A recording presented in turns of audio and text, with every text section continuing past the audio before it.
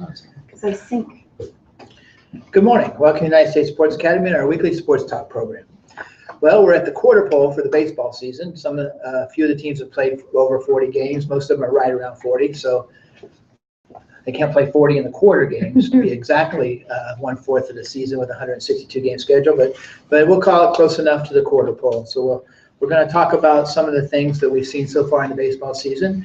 Just saw this morning that Freddie Gonzalez was fired by the Atlanta Braves as the manager. So that's why now? Yeah, why now? I mean, you've given the guy nothing to play with, and basically you've packed it in already. You've only won 9 games. Yeah, I mean, and he's the scapegoat.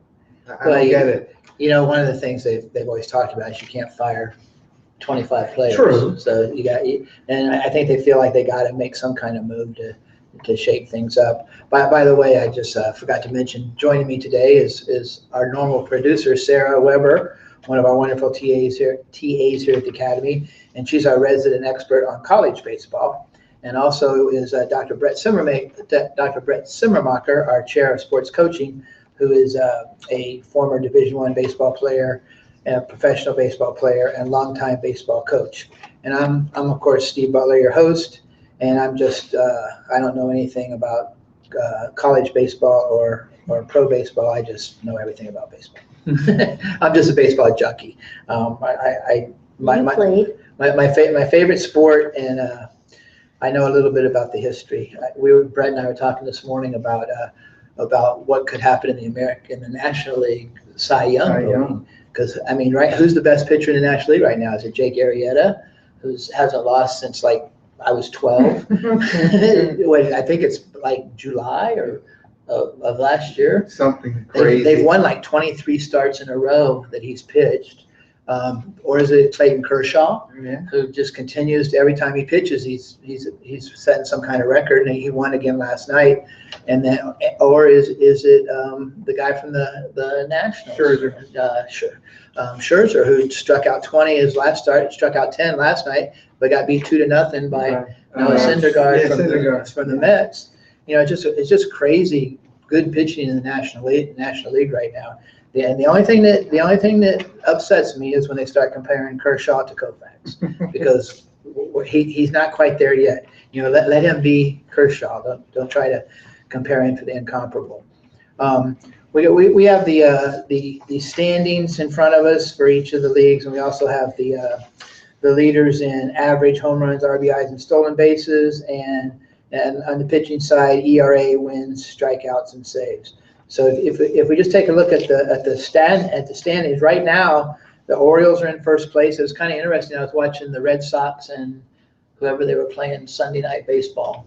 What's that? Or was it Monday Night Baseball? Anyway, I was watching the Red Sox on TV a couple of days ago, and they talked about how great the Red Sox were playing and how they were hitting like 290 something as a team, and they finally figured out what David Price was doing wrong.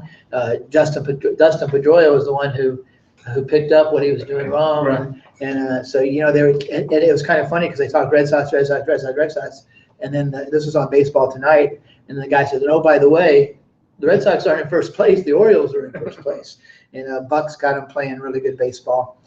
So right now the Orioles are in first place. The Red Sox are percentage points behind. They actually, by games behind, are tied. In the Central, the White Sox have a 3.5 game lead on the Indians. And in the West, surprisingly, I think it's a surprise to all of us, the Mariners have a 1 game lead on the Rangers, with the Angels and the Astros, I think, who most people were looking at the beginning of the season, actually in 4th and 5th place in that league. So right now, if the playoffs started today, I actually despise that phrase because the playoffs don't start today. But if they did, the Orioles, the White Sox, the Mariners would be the division winners, and the Rangers and the Red Sox would be the wild cards. No Yankees. Yeah, no Yankees. Yankees are down. The Yankees got to figure out their starting pitching, because if they get to the 7th inning with a lead, it's over. It's over. They had one game last week where what's his name? DeStantis. What's his name? He pitched the 8th, Miller pitched the 9th, and Chapman pitched the 10th. I mean, 7th, 8th, and 9th.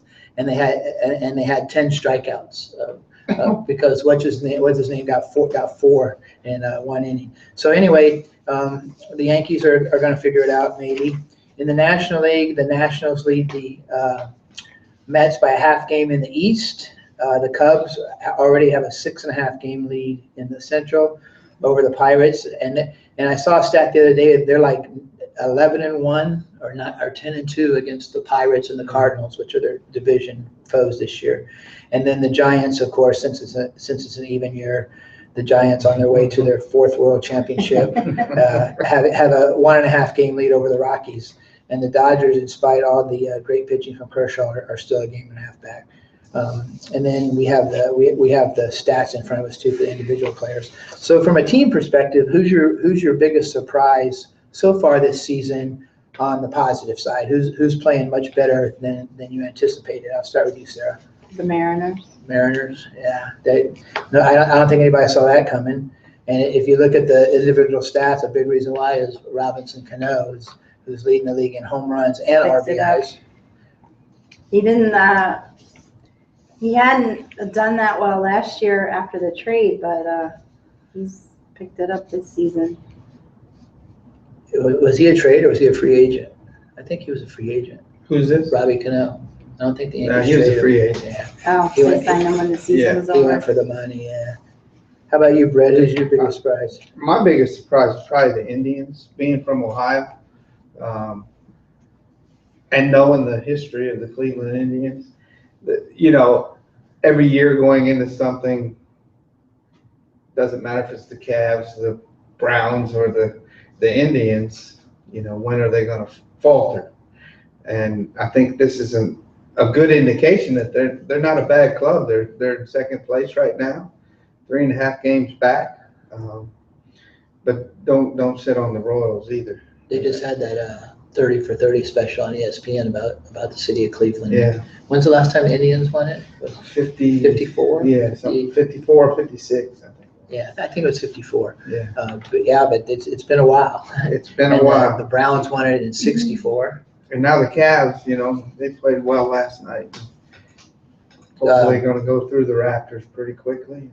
Tyronn Lue set a record, tied Pat Riley's record last night for the best, the most wins without a loss at the beginning of his coaching career in the playoffs. He's now 9-0 in the playoffs. Yeah. Pat Riley also started 9-0 with the Lakers.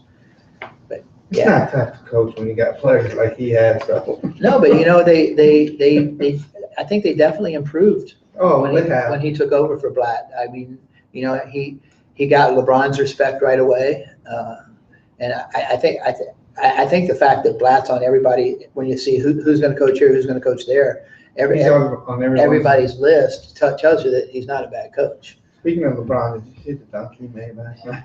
Did you see the reaction of the bench? Yes. They came on the court. LeBron, LeBron's one of those guys that probably could have played baseball if he wanted to. Well, he did that in high school. He played football and for like 2 years and was like all state. I mean, he's just an athlete. If he decided to go to the NFL right now, they'd probably be lining up to sign him as a tight end or a wide receiver. So I agree with both you guys about the Mariners and the Indians. I think the White Sox have kind of been a surprise as well. Chris Sale's been incredible. Lights out. Every time he pitches, but they having a 3.5 game lead at this point in the season has everybody in Chicago talking about a Subway Series with the Cubs and the White Sox. I don't think they call it that in Chicago. Doesn't it have another name? Mike Wilbon called it that the other day, and he's from Chicago, Yeah. so I'll go with that. I think it's in both cities, New York and Chicago. Okay. Yeah, I stand weak. that's all right. I know that the Cubs have had an incredible start.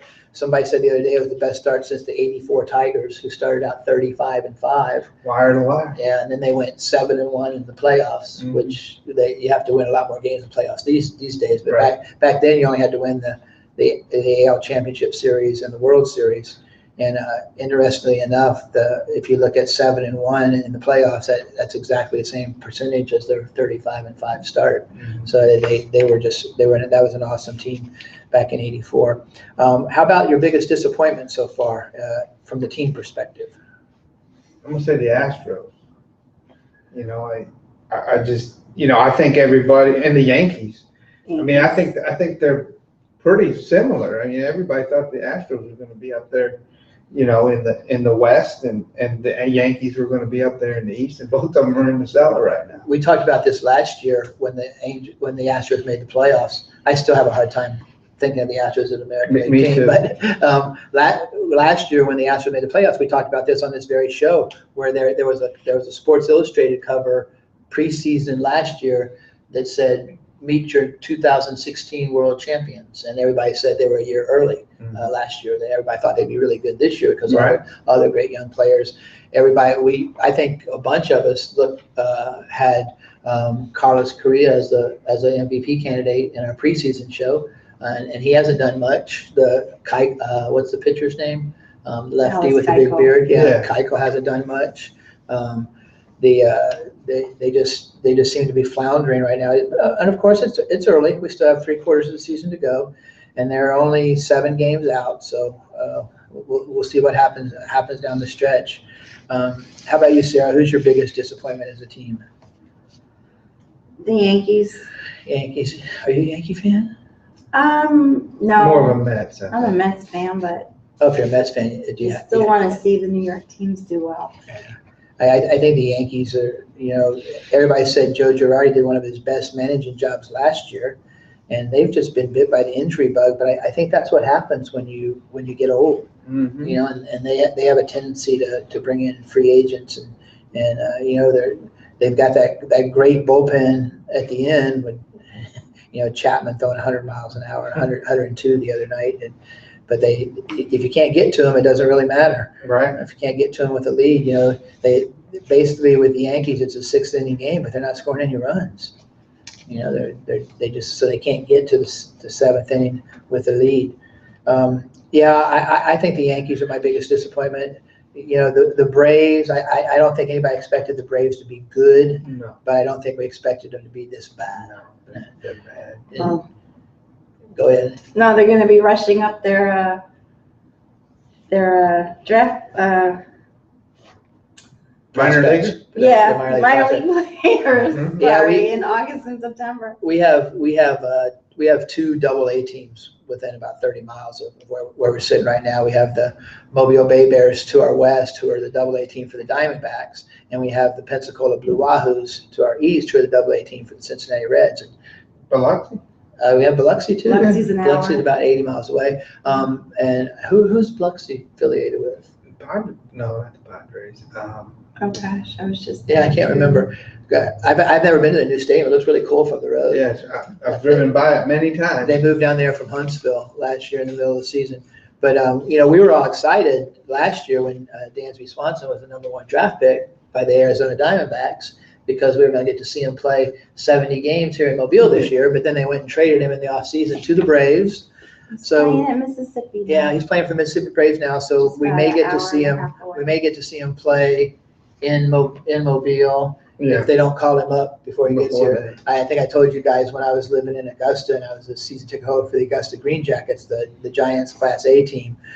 Hagerstown was coming to town. They had all the big write-ups because Bryce Harper was playing in A-ball that year. And their first game in Augusta was going to be Thursday night, and they called him up on Tuesday to AA. So I didn't get to see him play in the minor leagues. Did get to see Madison Bumgarner pitch an entire season of A-ball.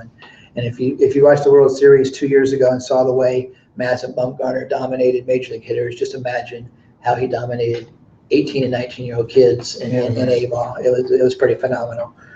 So as we look forward to the rest of the season, do you think any of these teams do you think anybody that's in first place now is a lock? I think a lot of people are looking at the Cubs in that light. I think the Cubs are. I I'm think, not so sure about any other division. yeah, everything else is still really close. You know, I was kind of half kidding before when I talked about the Giants, but they're playing good ball. They are. They're Yeah, playing- but then the Dodgers will surge again, Yes. like they usually do towards Yeah. the end. it'll be a battle between the Giants and the Dodgers And- for the West. And the Pirates will make the playoffs as a wild card, and they'll have to play against one of the best, a one-game series against, 2 years ago it was Bumgarner. Last year it was Arrieta. That one-game thing has been a bugaboo for the Pirates because they go up against one of the best pitchers in baseball. Well, that's that log jam in the Central. You got the Cubs, Pirates, and Cardinals. Yeah, last year they They're had always good. Last year they had the three best records in baseball in the regular season, and we knew that one of them was going to get eliminated in one game. Let's take a real quick look, or we're getting close to our time. Let's take a real quick look at the leaders in the American League. Castellanos from the Tigers is hitting 346. Robbie Cano has 12 home runs and 36 RBIs, lead both of those categories. And Jose Altuve for the Astros leads the league in 15 stolen bases, and he's also second in hitting at 338. As far as pitching goes, Quintana from the White Sox has a 1.54 ERA, followed closely by Sale at 1.67. Sale leads the league with 8 wins. David Price leads the league with 65 strikeouts. And Cishek for Seattle leads the league with 11 saves. In the National League, we have Daniel Murphy traded from your Mets to the Nationals in the offseason. He's hitting 399. So it's probably too early to start talking about 400, but Way too early. yeah, way too early. Arenado, who exploded onto the scene last year with the Rockies, is a absolutely phenomenal defensive third baseman, but he's now leading the league in 13 home runs, and one of the 3 others tied with 11 is the guy playing right next to him, the shortstop, Trevor Story, who had 7 home runs. Yeah, he started off on fire. Yeah, well, one of the things that's interesting is, their plan was for Story just to play until the end of May when, what's his name comes off suspension. Jose Reyes comes off but now he suspension. won't be. But now they're looking to dump him, and what I heard on TV the other day is that nobody's really that interested. He's got a lot of Baggage. personal Yeah, problems a lot of baggage. that have been aired out. And Rizzo from the Cubs leads the league in RBIs with 34. Arenado is close behind with 33. And then we've got Starling Marte from the Pirates leading the league with 12 stolen bases. Billy Hamilton, who's third in stolen bases with 7. We got to see him play for an entire season in Pensacola 3 years ago, and actually didn't play the entire season. He was there for part of the season, but we got to see him play a bunch.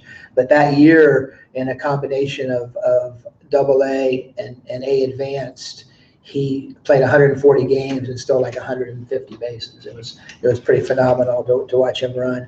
As far as pitching leaders in the National League, Arrieta leads in ERA with Kershaw second. Arrieta leads in wins with Kershaw second. Strasburg's third in wins with 6, and I know that Jake Arrieta and Clayton Kershaw got to be smiling big time about that contract that Steven Strasburg just signed. Because he signed 7 years, 175 million or something like that, and he's never had more than 13 wins. He's never had. I mean, they were just talking about the things he's never done, and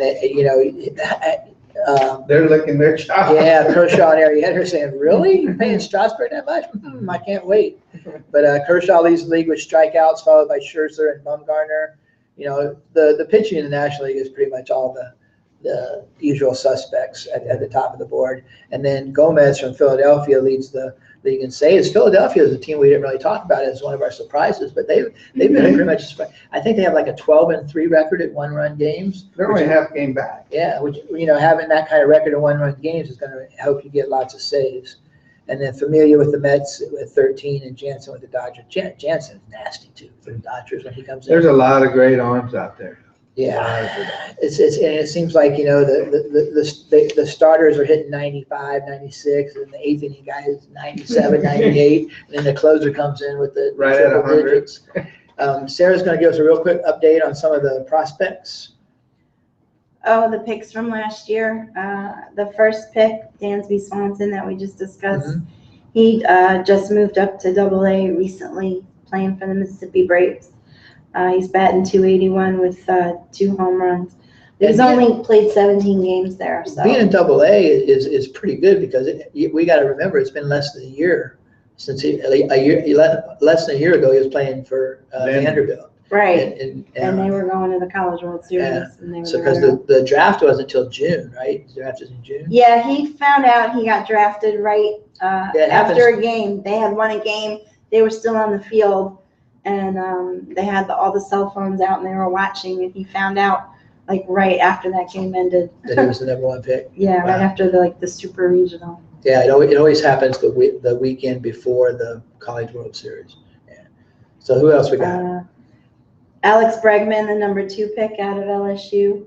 He just moved up from single A. He was batting, he's batting .323 at double A, Corpus Christi. He's played only 25 games and he has 8 home runs already. Wow.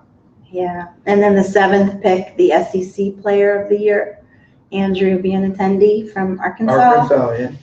He just got moved up to double A. Portland, also only has played 2 games so far. He's batting .286. This is after going batting .341 at high A Salem in the Carolina League with the Red Sox. Wow. He's a Red Sox guy. So that's just a brief update on some of the top Sounds like picks some from last year. some scouts and general managers knew what they were doing last year. And then also in Division I college baseball, everybody's winding down this week, heading into conference tournaments next week. Last weekend. SEC. Those and SEC teams better hope Auburn doesn't make the tournament at the bottom end. Auburn's sitting at 12 right now. So The latest they're in at 12. seedings, if it were to end today, Who they play this weekend? Auburn would be the 12th. Well, that's the hard They play part. Mississippi, no, No, they go to Vanderbilt. Vandy, ooh. Yeah. If Auburn gets in, they're gonna go undefeated in the tournament. I see it coming. Auburn hasn't done well in baseball since they got rid of Renfro. Steve Renfro was a good coach. Well, we're running up against the clock. Unlike Mike and Mike in the morning, we don't have hard stops. We don't have people yelling and screaming at us to go to commercial. But we do try to keep it to 15 to 20 minutes every week because we know everybody's busy. Even all the people that join us every week who love sports, we know you're busy.